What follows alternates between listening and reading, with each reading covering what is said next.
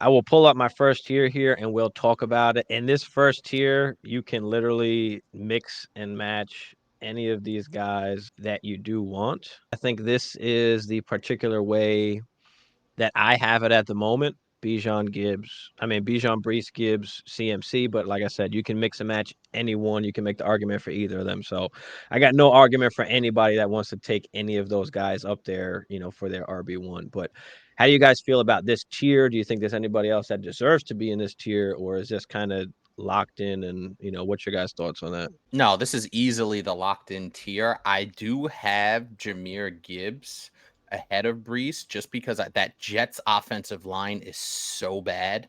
Now, Brees is going to get the work, but how efficient is he going to be? Aaron Rodgers coming back, will that give them a boost? Yes, I think so. I think Brees is a workhorse, but for whatever reason, I just feel like Gibbs is so dynamic that his efficiency and the way they utilize him, and I talked about this in a previous show, that the way the Detroit Lions utilize him with Monty is that Tony Pollard role, and I think he's infinitely better than Tony Pollard. So I love me some Jahmyr Gibbs, and he's so dynamic that I love the way he's utilized, and they utilize him in the exact way he's meant to be utilized, right? Monty gets 15-16, Gibbs gets 15-16, and they roll. I would probably throw JT in there as well. I mean, he was hurt last year, but I think JT belongs up there. But I don't know. I can't put Brees. I think Brees is the first running back up there. Brees is awesome, and he's just Sure. as explosive as Gibbs. He's just as strong as Bijan. He can catch the ball. He can run the ball. I think we might see with Aaron Rodgers back. I think Brees has a shot to be the overall number one running back in fantasy next year. Aaron Rodgers does change a lot of things, and I and don't the thing of disagree. the thing about it is that yeah they can't block, but also Brees was facing 8 and 9 man boxes all season long. He You can with make that Aaron argument. Rodgers there, it's going to be a light box every time. You cannot stack the box against Aaron Rodgers, and Brees is going to feast. I don't think you're wrong because Brees Hall is a really good pass catcher as well. And his pass catching, I believe the guy had 95 targets in the passing game. Now, Aaron Rodgers doesn't generally throw it to running backs a ton, but even Oh, if he will. that's 75 targets and he gets 50 receptions, right? That's still pretty damn good. So I hear what you're saying. That offensive line does concern me. Now they can get that fixed up in the offseason. Can they fix it completely? Can they stay healthy on the offensive line? I don't That's know. yeah, and you don't. But what you do know is that he's not going to see a 9 man, 8 man front. We know that for a fact. There's not going to be any safeties dropping in the box, not against Aaron Rodgers and Garrett Wilson out there. Brees finished what, RB3, and I mean we spoke about this once before. And I don't think Brees is going to catch as many passes as he did this year because Aaron Rodgers can actually move the football down the field a little Hmm. bit. But I think he'll make up for it in rushing yards and touchdowns. So for me, the reason why I have Bijan and Brees up here as like 1, 2, at least in my tier, but I'm fine if you want to put CMC or Gibbs up there. But the reason why I have them 1, 2 is because those are the true like 3 down. They're getting Workhorse. everything workload guys. Like Gibbs is getting what he needs to get, and he's going to be great, and he can absolutely finish RB1 as well. Like even without getting as much as the other guys do, just because that offense and how electric he is, he's scoring a ton of touchdowns. Like so I'm fine with that as well. But that's why I do have Bijan and Brees ahead, just because they are those kind of true guys that we don't see much anymore nowadays. And if you want to put CMC in there, because he could play for another 3-4 years. I mean, he could be that As, outlier that does that. I as mean, do long you as want he to bet stays on that healthy. or expect that? It's probably not the greatest idea, but he could absolutely do that. I mean, As so if you yeah, want to put him at 1, I'm fine with that too. You got no argument from me. All four of these guys, like you said, you could kind of mix and match them. Obviously, Christian McCaffrey is the best one out of all of them right now, but in 3 years, is that going to be the case? You can't nobody really wants to move be him for that what he for team what he that what you that want. has CMC when he breaks down. And no, I don't, because then I can't get rid of him. Or if I do, I got to take 60 cents, 75 cents on the dollar. Bagala, you mentioned JT. The only Yeah, reason I can't put JT in there is because he can't have as good of a season as I think as some of these guys. Like even his RB1 season was like one of the worst RB1 seasons we've seen in years. And I love JT, but I just can't put him in tier 1. He does lead off tier 2 though for me easily. And I think that the top 5 is pretty much solidified as like these top 5. And in this particular tier, I have these guys here cuz they are younger guys, but after JT and ETN, there's question marks after that, even with Kyron, even with HN. But I feel like they have to be here because of the workload that Kyron got, even though he couldn't stay healthy. But everything is kind of staying the same as it was this year going into next year. So if all the stars align, he's going to be getting the workhorse load again. I don't particularly think that he's safe after that season, or like for future years. That's what I'm worried about as far as the future. And then you got HN, who can't necessarily stay healthy, but we see the explosiveness. He is extremely young. He's playing with a bunch of older running backs as well. So is he the future? I think he's always going to be a committee guy. He's never going to be like the 1A that gets the workhorse, load. I think he's always going to be in the committee, and that's fine. That's all kind of that he needs to be. But I feel like this is my tier 2 here. So what do you guys think? I'll let Bagala, you go first on this one. I think it's a little disrespectful not to put Saquon in tier 2.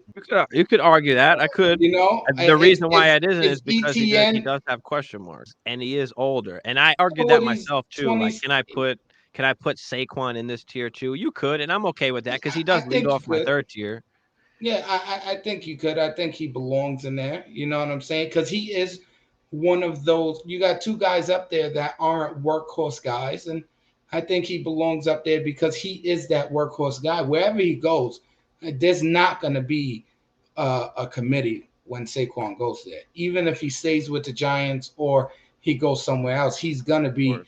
that number one back. He's going to get the receiving work. He's going to get the rushing work. Kyron's pretty good. HN is just I think he's amazing. I won't say he can't stay healthy. It was one season. Let's see what happens this year. I don't know, man. I'm still iffy on. I like ETN, but like sometimes he goes missing for me. Whole offense went missing You basically. They know, Hmm. but even they tanked still, the whole second half of the season. he's not one of those grinded out, top tier His guys. efficiency was terrible. It was, and He just I got a think lot of touchdowns. And yeah, ETN, I think that whole second half of the season, that whole offense was a just not mess. clicking. So, you could attribute some to that, but he is the kind of the guy there. Hammer, what do you think about this second tier here? I think kind of what you said is something that I'm leaning towards in terms of the way I feel about it is after Jonathan Taylor, there's kind of questions about everybody, right? Kyron did get that massive workload, but the injury history, the injuries kind of caught up with him a little bit there in the middle of the season.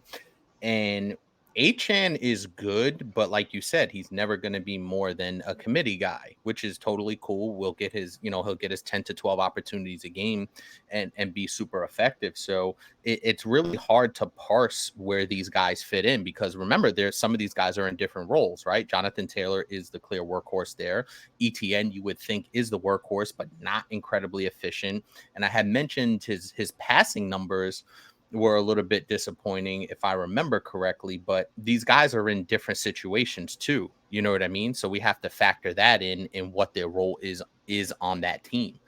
So it's really tough. Saquon is a workhorse back where Achan isn't, right? Saquon's a little bit older. Saquon has the contract situation. We have no idea where he's going to play next year. The Giants, he's in the same situation, the same exact situation as Josh Jacobs. I think he's a better player than Josh Jacobs, but he's in the same exact situation where the team is currently on can franchise him again, or they could just let him go or re-sign him. Those are the three options. So I think Saquon is a little bit more valuable than Achan, but it really depends on how you feel about each guy. Yeah, I think Another just guy. Achan with his age, I think that's why I have him there. And then That Saquon, makes like you said, sense. It there's a does. lot of question marks where if he does go back to the Giants, like are they How gonna good are be they? any good? Like any gonna or is he gonna be any good? Which is why I put him in kind of this next tier here with actually, Josh Jacobs kind of right behind him. Because again, same kind of situation, but like Bagala said, I think either of them will get the workhorse load no matter where they go because they're those type of guys. So for me, like they lead off this third tier for me. Hammer, I'll let you lead off this tier, but I'll just say briefly why I have these guys here. We just talked about Saquon and Josh Jacobs, which is kind of the same situation. K9 is it's interesting. Like, is he the next Chubb type of guy where he gets the majority of the carries but doesn't get kind of, all of the third down work or all of the pass catching work? Like, I think he's good. I think he's really young, so it's interesting to kind of see what's going to happen there because I do think he runs the football really well. Rashad White finished the season, great. RB What three, was he? RB 4, 5, something like that. Rashad White was something in there. awesome, Yeah, man. yeah. So he got all of the pass work from, Baker Mayfield checking it down. My only concern with Rashad White is he's not great in between the tackles, and a lot of what happened this year could have to do with just a situation of not having any competition there. Now, again, not the greatest draft class that's coming out as far as running back. So, does he have another season where he gets all of this work? He could possibly, which is why I have to have him up here. But I do have a little bit of questions as far as, long term if they wind up bringing someone else in to get some work. Hammer, we'll let you take this one first. What do you think about tier 3 here and these guys after, Saquon and Jacobs? Well, yeah, we briefly spoke about Saquon and Jacobs. They're in virtually identical situations. Kenneth Walker, like you said, is super, super interesting because he had the excellent rookie season. And once they drafted Sharps, people's eyes kind of opened. Like I said before, it's not necessarily that Sharps was going to come in there and take over, etc., but it was just the perception of they drafted a fairly high profile rookie in Sharps, and they already have this high profile, coming off an excellent rookie season. What exactly does that mean? And then Rashad White, listen, man, I didn't expect Rashad White to play as well as he did. Now, Blanc, to your point, his efficiency on the ground was absolutely dreadful, but he got 272 attempts and he didn't crack 1,000 yards in 17 games, averaging 3.6 a carry. Where he did most of his damage was receiving. He caught 64 out of 70 targets. That's a ridiculous catch percentage, and he had 3 touchdowns to boot receiving. So 9 total touchdowns, 1,500 yards. That's a really solid season. So I think Rashad White, because of his receiving prowess, should be somewhere in that range. Tampa Bay had a really good season. Obviously, they made the playoffs. So I think they're going to kind of bring that band back.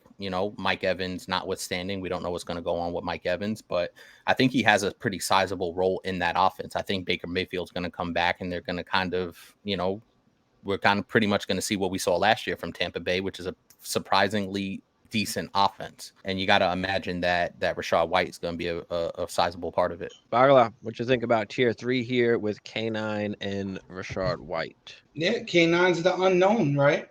Rashad's gonna take more work. I love Rashad White. Yeah, he wasn't efficient on the ground, but I think a little bit has to do with the Buccaneers O line and things like that. I think he can get better next year.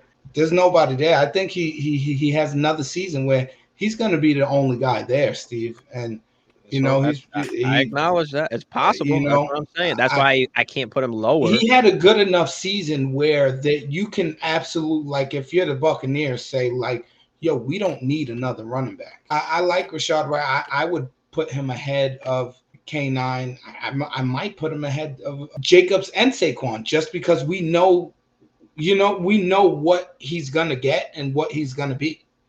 With the other guys, you don't know. So he's the only in tier 3. He's the only sure thing. So I probably would have let off tier 3 only because he's the surefire thing, and you don't know what's gonna go on with these other guys. My only argument with that is, like, how do we know he's a sure thing? Like, again, 2 years in a row, he's just trash on the ground. He's just not a good running back in between the tackles on the ground. And I think they would be looking for somebody in that manner to try and come in. Whether that happens or not, we don't know. Like you said, next year he could absolutely have that workhorse load, but I don't think that that's automatic or given compared to some of the other guys here. That would be my only argument there. What do you think, Hammer? Yeah, man, that 3.7 in his rookie year, 3.6 this year. The efficiency is just not great. So that you can make that argument certainly, but he does make up for it in the passing game, and I think that kind of buoys his value. Where if I was drafting, I would take Saquon Barkley over Rashad White. I would. Just because I think he's the more superior back, both catching and running. So I would do that, but you could make the argument after there because we don't know what's going on with Jacobs, and we, the K9 thing, people have kind of, His soured locked on in him a little split. bit. Right. People have kind of soured on him a little bit based on his situation with Sharp. So I could envision a scenario where right after Saquon, Rashad White would be up next. Or I think he's safe. I think you can count on him being Yeah. safe, that he's Yeah, gonna get work. And there's yeah. no doubt that he's gonna get work. He's a safe running back to have for sure, and he's got that upside of that RB1 as we saw, if that situation stays the same. Yeah, I could definitely see moving him up if he definitely has the same situation coming into this season. The interesting thing, though, that I find about doing this running back tier list is that there's always going to be guys like Raheem Mostert, right, is the perfect example of why it's so difficult to put a list like this together. Because Raheem Mostert was RB1 for pretty much the entire season. He finished as RB5, but he's not going to be anywhere on this list potentially, right? So, it's so difficult to kind of see where these guys slot in, right? Bijan finished as RB12. Now we're not talking about one season in a vacuum, but we are talking about guys that come out of nowhere and finish in the top 8, right? Some of these guys you pick up. James Robinson. I bring up James Robinson all the time because it's the perfect example of why ranking these running backs is so tough, because one year you can have a guy like James Robinson go out there, finish in the top 5, top 8, whatever he finished that year, and then just be a virtual ghost after that. So, right, due to injury, they drafting somebody, whatever the case may be, it's so volatile, which is why it's so difficult to kind of put these lists together. And just rankings in general, just everybody's different in how you want to look at the rankings. Like, do you look at it in a startup fashion? Do you look at it as just like, you already have teams already? Do you look at it as just a 1-year thing? Are you taking it into account more of the long run? Like there's no like fine line. It just depends on how you want to perceive it or play Dynasty fantasy football, So much goes into it too, right? Mhm. For So sure. so much goes into it because we can sit here and say, I think all three of us think if Mostert is not in Miami, he does not have that season. No, exactly. So a lot of stuff goes into the rankings and all You of this could say stuff. San Francisco because that's where he did He some we saw wasn't. him He do was damages. nowhere near what he was in I Miami agree. and San I Francisco. agree. I think for me, for the most part, I do it as like value / like startup and just like breaking it up into tiers. This is a tough tier. What am I missing? You're missing one. Who? You miss, and I know he's had some injuries, but Go when ahead. he's on the field, he's damn good. You're missing 33. He's older, but if you're gonna put Henry in there, Aaron Jones is damn good when he's on the field, dude. The only thing is He's not on the field. So what's No, he's not. And he's you know not what's on the fucked up? field. I could understand it, but at the same time, like he's just not on the field. He's just a guy that we even though Henry is older, we've seen that he can do it still. And the fact that he's a free agent, like he's gonna sign with a good team. Like Dallas. probably he's not going to a trash team. Like I don't No. see that happening. no, So he wouldn't go to a trash team so right so now. that's the tough part about rankings is where like even though we might only see one more year, like that production has to Could somewhat matter somewhere compared to the guys that are around him or behind him as far as like who has solidified roles. So like for me, like it was hard to put Henry almost like lower than this because even though there are some younger guys that I have in the next tier, like there's still a lot of question marks there where but I know for 1 year of production, like I know what I'm gonna get, or at least what I should get from Henry if he stays healthy. Obviously, that's an if. So if you want to put him lower, like that's absolutely fine. But for me, that's kind of the way that I He look at was it here. relatively healthy this year, Yeah, that's what I'm saying. So I but had James Cook and his numbers did take a dive though. that yeah, team so was terrible, that oh Tennessee yeah, team. yeah, and they had nothing to they had nothing to play for basically at a lot of the points. But I have James Cook and Pacheco basically leading off the tier. A little bit younger guys, but I like James that. Cook, hopefully he stays in the role that he's got kind of that second half of the season once they change that offensive coordinator, right? But a guy that they're not going to give him the workhorse load. Like they could bring somebody else in. They're not rolling with Latavius Murray and Ty Johnson on in that backfield again, going into next year. So I have Cook up there because he does have the potential, and he's a safe play. He's going to have the role in that offense. Obviously, a good offense playing with Josh Allen. Pacheco, I mean, hasn't finished higher than like RB15. I don't see a scenario where they don't bring somebody else in. There's some good like RB2s, pass catching guys that I see that they can bring in for really cheap that could come in. So that's why I have Pacheco here. Then I have Kamara. I mean, we see what he can do when he's healthy. We don't know what's going to happen with that offense, but he's going to give you production as we saw last year. Monty, we know he's locked in for at least another year.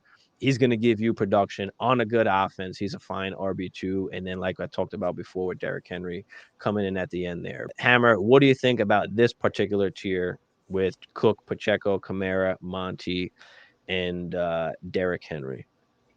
These guys are really interesting because James Cook, we've seen what James Cook could do when he was given a healthy workload, right? He was really, really good, for a nice stretch there where people looking at it and they're like, damn, this is kind of what we expected for, a dynamic guy, a pass catcher, another weapon, right? So you don't lock in on Diggs and obviously the emergence of Kincaid there in Buffalo. I don't know if he's a true focal point type guy, right? And that's fine, right? When you get to this type of tier, the usage you're expecting, like you said, is somewhere in that high end to mid RB2 production with RB1 upside on a per week basis. And I think that's totally fine as well. So I'm good with James Cook there. If I had James Cook on my team, I feel pretty good about it. Pacheco's interesting. I had Pacheco on a redraft this year, and there were games where he was really awesome, and then there were games where he was just, another guy out there. I do like his running style. I do kind of like how they utilize him in Kansas City, but he feels more like a playoff type running back where they can go to him in that cold weather, and that's where he does a lot of damage. So Pacheco's really interesting. Kamara, I think, is one of those guys where his longevity it could be there for a little while, not necessarily top end like we saw 4 or 5 years ago, but just steady because I've never really seen Kamara take a huge hit.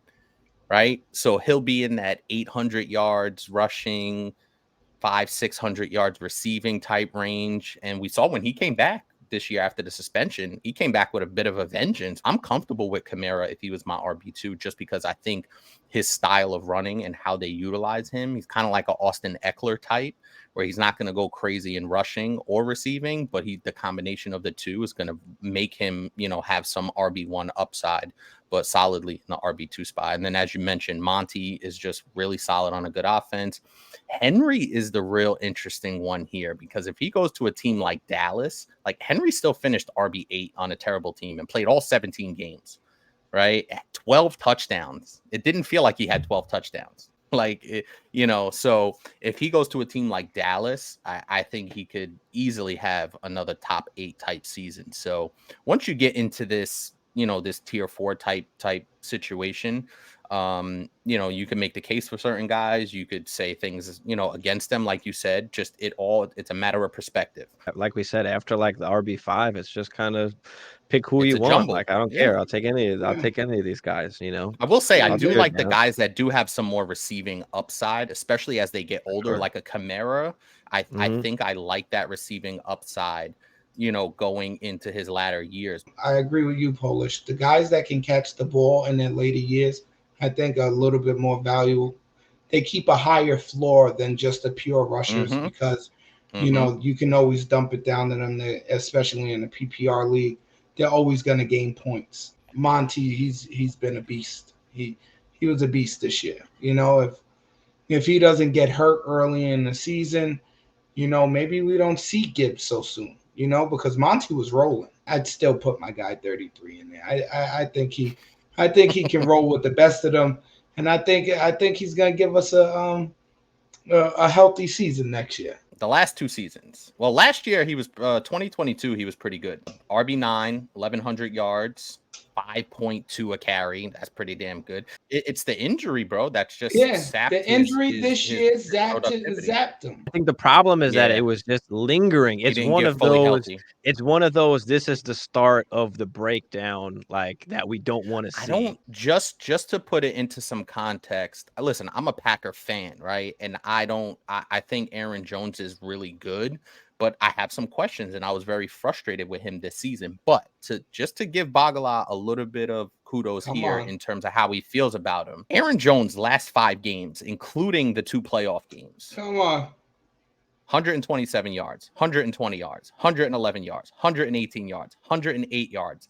Every single one of those last 5 games, he averaged 5 yards a carry or better on 20 attempts, 21 attempts, 22 attempts, 20 attempts, and 18 attempts. When you're fresh, because you missed the I whole agree. season, I and then agree. I play agree. a healthy, But 5 yeah, games agree. after that, like, yeah, but yes, he but the he got problem is, he can got we hurt. expect him to do that over a whole course of a season as a 30-year-old running back going into next season? I agree with you. What's really the percentages? What's the hit rate on that? Because it's close to 0 I agree. Now, I do for him think to You if the finish top got two 12 Packers, anyway. 30-year-olds up there.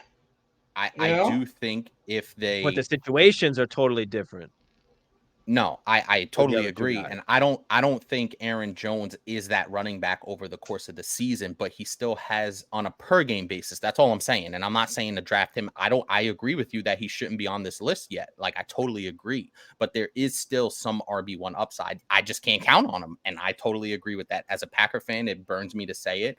But just seeing those glimpses still in there over that last month plus of the season, and everybody got to see it on the biggest stage of them all in the playoffs, where he was gashed Dallas and he gashed San Francisco time and time again. So, I agree that he shouldn't be up here just yet. So I because of the injury, and he's 30 years old, like you can't really do much with that. Like I'd rather have Monty at this point than Aaron Jones. I'd rather Oh, have definitely. Kamara. I'd rather have any of these guys on this list before Aaron Jones.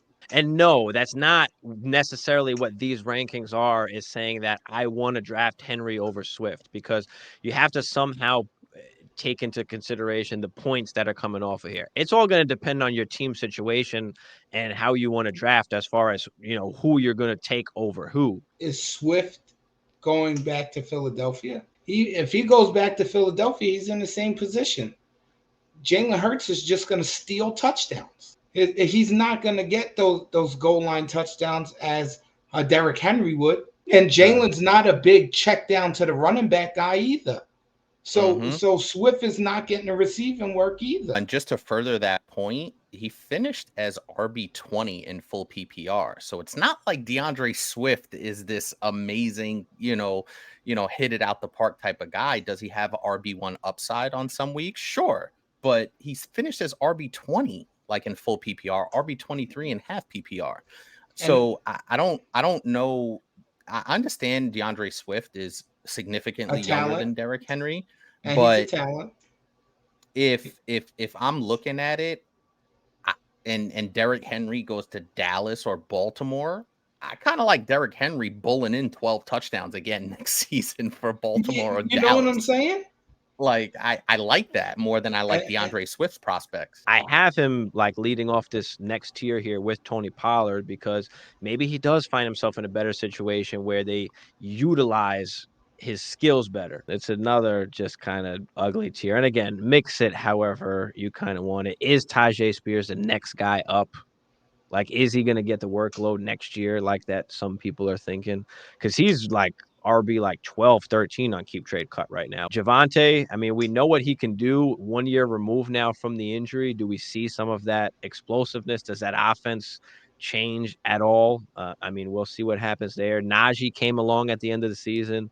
Got a new coach in there now. Who knows what to expect from Arthur from Arthur Smith? So there's questions there, of course. But is he going to be that first and second down guy that he was this year? And does that get any better? B-Rob, whole new regime coming in there. He is kind of the only running back there. Him and Chris Rodriguez are kind of the same kind of running back. So do they bring in another pass catching guy? Do they bring back Gibby? I don't know. Bieniemy's gone. They're not bringing him back. Stevenson, is he going to be the only guy in New England? Do they bring somebody else in? Is that team just going to be totally trashed like it was this year?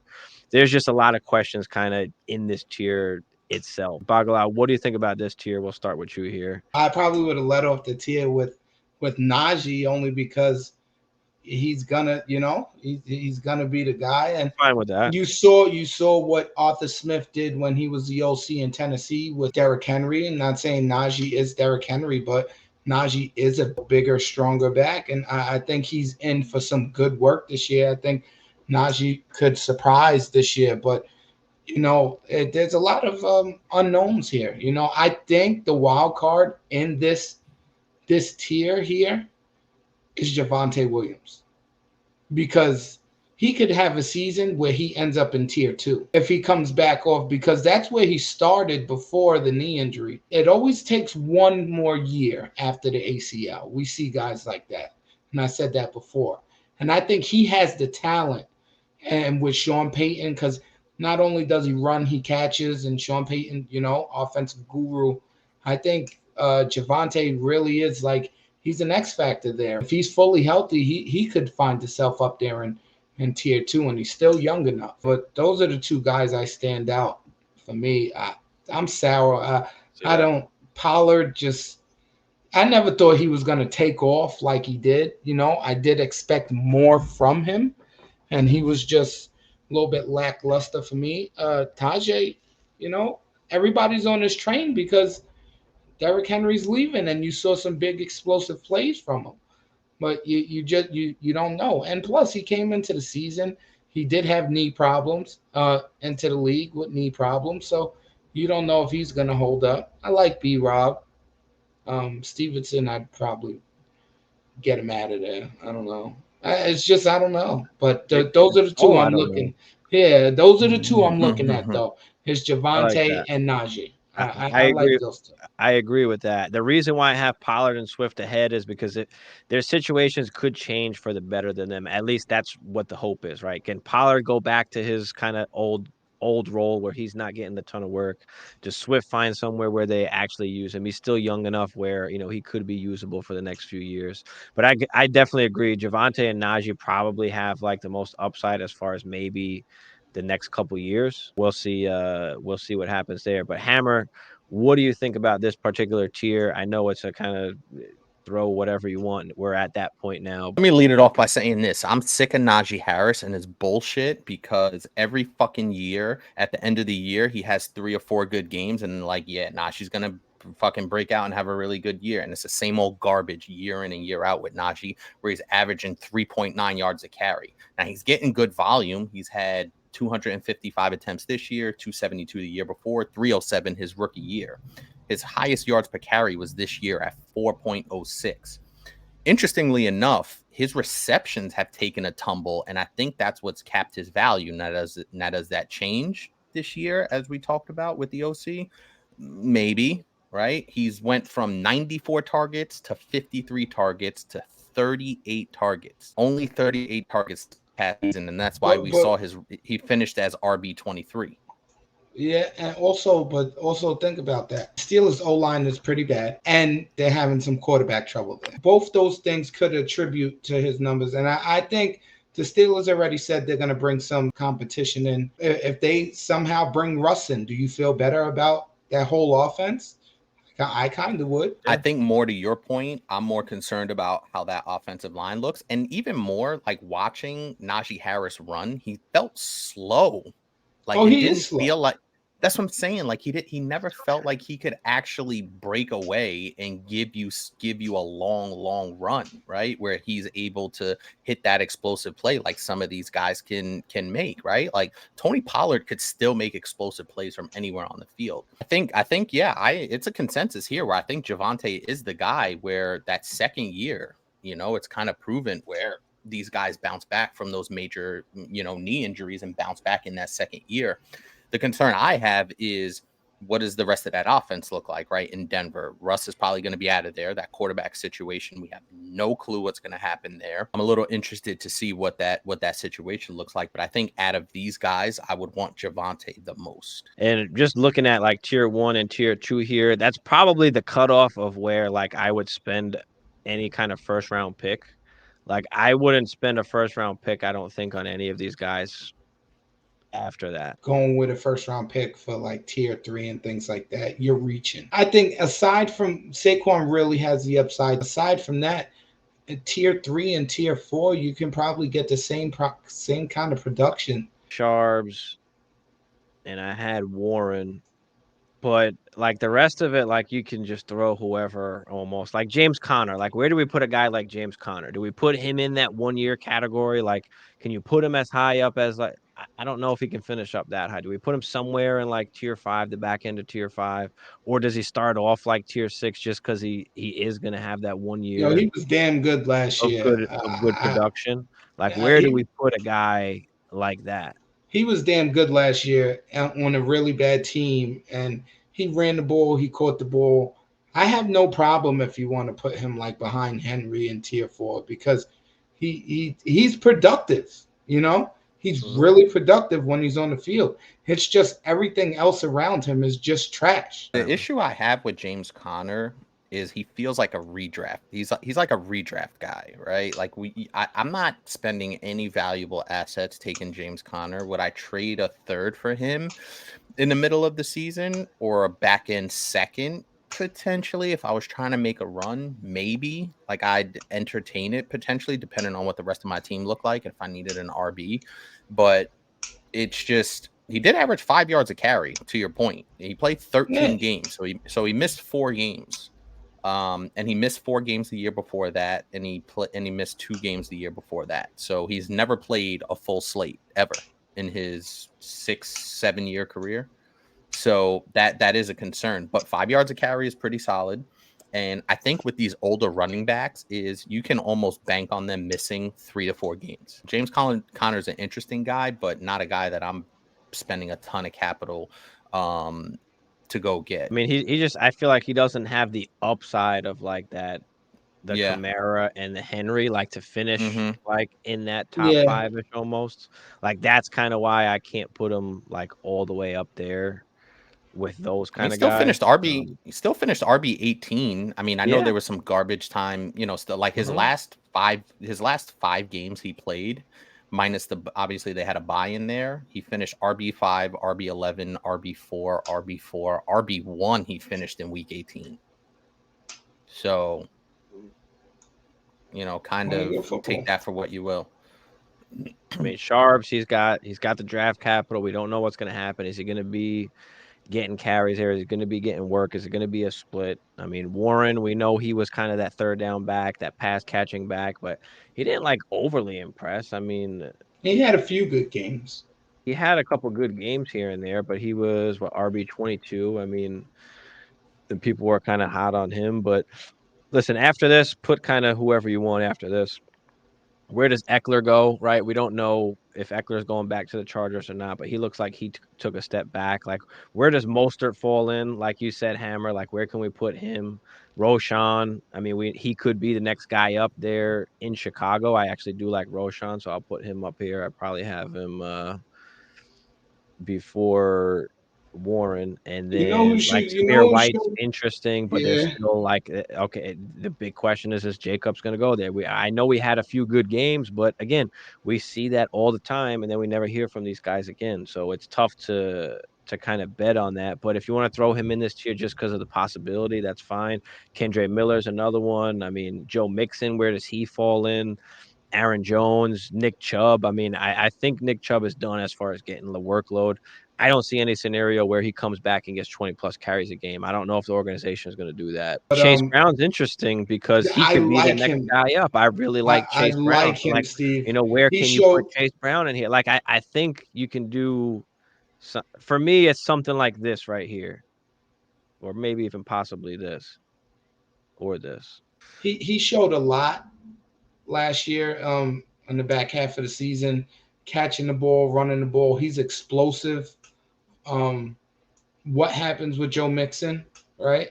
Is he going to be there? What about Jerome Ford? Like, he's another Jerome one where Ford he's gonna was he's really gonna good. get at least work, right? So, Yeah, like you could it's so hard getting down here, like, it's just kinda whoever you want. They're all relatively similar.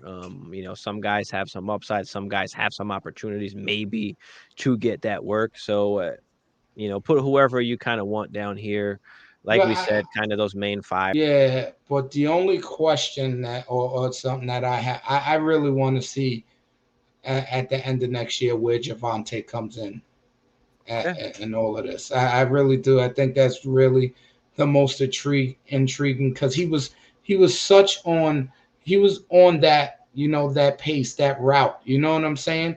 To being that number one running back, that 3 down workhorse. I literally, when I was looking at some of the different, like where they finished, the RBs finishes this year, and then as we're jumping into this, I'm just like, bro, after, like you said, after essentially tier three, it all depends on number one, how you feel about a certain guy, what role he's in, and also like what upside is potentially there, right? Because there's some good values. Like one of the best values here for me going into the next year or two is a guy like Camaro, who's way down there, in the fourth tier. He's a fantastic value because he's pretty efficient in terms of rushing and receiving combined.